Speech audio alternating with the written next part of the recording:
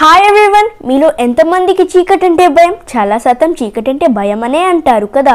మనం చీకట్లో నడవడానికి భయం వేసినప్పుడు మన పెద్దవాళ్ళు ఎందుకు భయం, ధైర్యంగా ఉండాలి అని చెప్తూ ఉంటారు కదా. ధైర్యం ఎంతటి వారినైనా జయించే ఒక శక్తిని ఇస్తుందని ఈ రత్నయ్య కథ విని తెలుసుకుందాం. Let's get started. భూషయ్య ఇంట్లో దెయ్యం ఒకటి చేరింది. అది ఒకరోజు ధాన్యం మొత్తం అటక మీదకు మార్చేసింది. ఇంట్లో వాళ్ళంతా ధాన్యం కోసం వెతికి ఎక్కడా కనబడక ఒక రోజంతా పస్తున్నారు. మర్నాటి నుంచి ధాన్యం కోసం ఇంట్లో వాళ్ళంతా తలో పని చేసి బాగా డబ్బులు సంపాదించసాగారు. అయితే ఎప్పుడైనా వండుకోగా మిగిలిన ధాన్యం మర్నాటికి మాయమైపోయేది. అవేమైపోతున్నాయో తెలుసుకుందుకు ఇంటిల్లిపాది కాపలా కాసిన లాభం ఉండేది కాదు. ఇంట్లో వాళ్ళు ఒకరినొకరు అనుమానించుకోసాగారు. అందువల్ల రోజు గొడవలు జరిగేవి. గొడవలు చూసి దెయ్యం చాలా వినోదించేది. ఇలా ఒక సంవత్సరం గడిచింది. ఒకరోజు రాత్రి చీకటి పడ్డాక రత్నయ్య అనే ఒక బంధువు వారింటికి వచ్చాడు. అప్పటికే ఇంట్లో వారందరి భోజనాలు అయిపోయాయి. రత్నయ్య ఏమో ఆవురావురమంటున్నాడు ఆకలితో. అప్పుగా బియ్యం తెద్దామంటే అందరిలోనూ జనాలు నిద్రపోతున్నారు. దుకాణానికి వెళ్ళి కొందామా అంటే అప్పటికి దుకాణాలు మూసివేశారు. విషయం విని ఇంటికి అతిథి వస్తే మర్యాద చేయటానికైనా 4 గింజలు ఇంట్లో ఉంచుకోవాలన్న బుద్ధి లేదా మీకు అన్నాడు రత్నయ్య. అప్పుడు భూషయ్య రత్నయ్యతో తన గోడు చెప్పుకొని, ఏ రోజు గింజలు ఆ రోజు కొనుక్కొని తింటున్నాం, ఏ రోజైనా ఎక్కువ కొన్నామో అవి మాయమైపోతున్నాయి, అది మా బాధ అన్నాడు. రత్నయ్య ఆశ్చర్యంతో, ధాన్యం ఎక్కడికి పోతుంది? ఎవరైనా అమ్మి ఉండాలి, లేకపోతే ఇంట్లోనే ఎక్కడో దాచి ఉండాలి అని అన్నాడు. అందుకు భూషయ్య, ఎవ్వరూ ఇంట్లో దాచలేదు, అలాగే ఎవ్వరూ బయట అమ్మట్లేదు, నాకు ఖచ్చితంగా తెలుసు అన్నాడు భూషయ్య.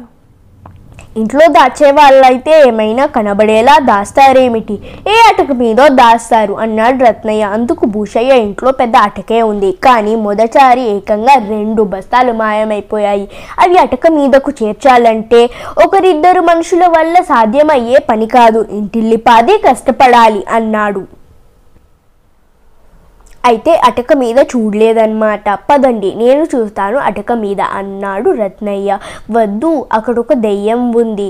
ఎవరైనా పైకి రాగానే నాలుక బయటికి చాపి భయపెడుతుంది. అందుకే మా ఇంట్లో ఎవ్వరము కూడా అటక మీదకు వెళ్ళడానికి ప్రయత్నించము అన్నాడు భూషయ్య.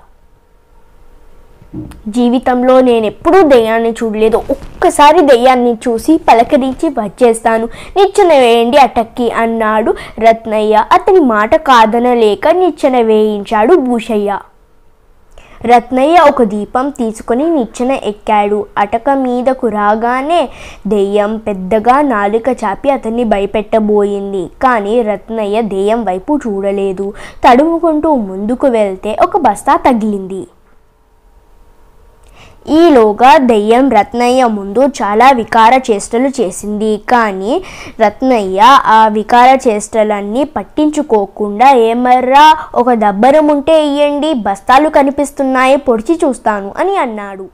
భూషయ్య దబ్బనం ఒకటి అటక పైకి విసిరితే రత్నయ్య బస్తాలన్నిటినీ దబ్బరంతో పొడుస్తూ దెయ్యం వైపుగా కూడా వెళ్ళాడు. అతను తనను కూడా పొడుస్తాడని తెలిసిన దెయ్యము కీచుగా అరిసి మాయమైపోయింది. రండి, ఇక్కడ ఏ దెయ్యమూ లేదు, కానీ బోల్డెడన్ని బియ్యపు బస్తాలు ఉన్నాయి అని అరిచాడు రత్నయ్య. భూషయ్య కూడా అటక ఎక్కి బోల్డెడు బియ్యపు బస్తాలు ఉండడం చూసి ఆశ్చర్యపోయారు. అందరూ కలిసి బియ్యపు బస్తాలను కిందకి చేర్చారు. భూషయ్య భార్య వంట చేయడం ప్రారంభించింది రత్నయ్య కోసం. ఇంత బరువైన బస్తాలు అటక మీదకి ఎలా వెళ్ళాయి అని అడిగాడు భూషయ్య. ఇంకేం సందేహం లేదు, ఇదంతా అటక మీదున్న దెయ్యం పనే అని అన్నాడు రత్నయ్య. ఓహో, అయితే నువ్వు కూడా ఆ దెయ్యం ఉందని ఒప్పుకుంటున్నావు, మరి ఆ దెయ్యం నీకు కనబడలేదా అని అడిగాడు భూషయ్య ఆశ్చర్యంతో. కనబడకేం, అది బ్రహ్మాండంగా కనిపించింది. భయంకరంగా నాలుకని బయటికి చాపుతూ నన్ను భయపెట్టాలనుకుంది. అయితే భయపడని వాళ్ళను దెయ్యాలేం చేయలేవు. నేను దాన్ని దబ్బనంతో పొడవబోయాను. అది భయపడి పారిపోయింది. ధైర్యవంతులను ఎంత బలమైన దెయ్యమైనా ఏమీ చేయలేదు. ఇంకోసారి అది మీ అటక మీదకు రాదు అన్నాడు. నీతి: ధైర్యంగా ఉంటే ఎంతటి కష్టాన్నైనా జయించవచ్చు. నా కథ కనుక మీకు నచ్చినట్లయితే లైక్ చేయండి, షేర్ చేయండి, సబ్స్క్రైబ్ చేయండి to Gambles creative hub. Thank you for watching. See you in next video. Bye bye.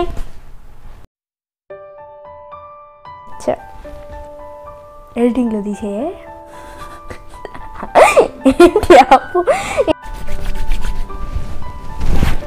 నీతి అంటే